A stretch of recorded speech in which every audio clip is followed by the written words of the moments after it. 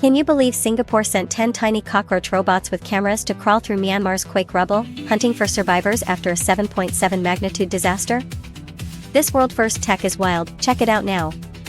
Hey everyone!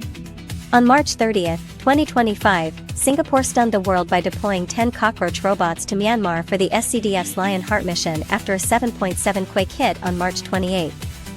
Built by HTX, Nanyang Technological University, and Class Engineering, these bots use Madagascar roaches, 5 to 7.5 centimeters long, fitted with infrared cameras and sensors.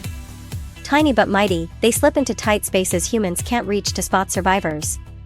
First used on March 31st in a collapsed Mandalay site. Then twice more in Naypyidaw on April 2nd, they haven't found survivors yet but helped SCDF scout the worst-hit zones. Controlled remotely via electrodes, their data, processed by machine learning, zips back to rescuers via radio. Slated for 2026, this tech got an early test run due to Myanmar's urgent need. Engineer Yap Kianwi says, "We're learning tons to speed up rescues."